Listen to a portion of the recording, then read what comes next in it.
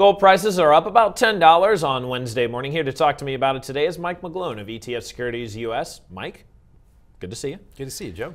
Mike, we saw private payrolls come out this morning a little bit weaker than expected. Should we really be looking forward to the Labor Department's report on Friday as a big indicator for where gold's headed? Yes, and this one probably more than normally because the last number was a bit of an aberration. At least most people thought it was. It was a lot weaker than expected. Most people thought it was a one-off, but since then we've had some data that was a bit weaker. Private payrolls, ADP, a little bit weaker. We had PMI previously, was a bit weaker. So the market's fearful now that this unemployment number might confirm the last one.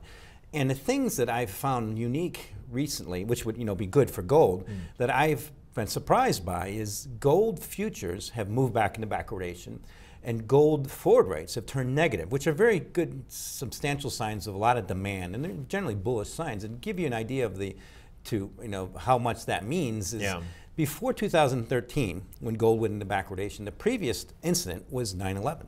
Oh wow. Okay, so it's been quite a while. Let's look over at emerging markets. You guys had a note out on Monday saying that you feel like the instability in emerging markets is offering stability in the supportive price of gold right now. Why?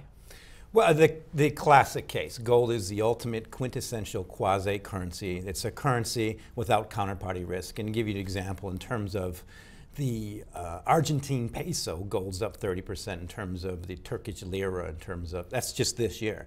In terms of the Russian ruble, gold's up about 10%. So the store of value assets. The unique thing I think about this year is gold's had a pretty substantial correction. It's dropped back to basically its all-in cost of production around 1,200. By some measures, certainly technically and somewhat fundamentally, and from a buyer standpoint in Asia, a lot of people consider it cheap here. So I think for now, gold is pretty attractive. And the thing about emerging markets, when these things start happening, outflows and these little incidents, these crises, they generally they're not one-offs. They generally last a little while. So the view for gold, for our standpoint, is still quite good. And I'm fully expecting to move back to the 200-day moving average soon, which is just above 1,300. All right, Mike. Thanks so much. Thank you, Joe. That's Mike McGlone of ETF Securities. I'm Joe Deaux for TheStreet.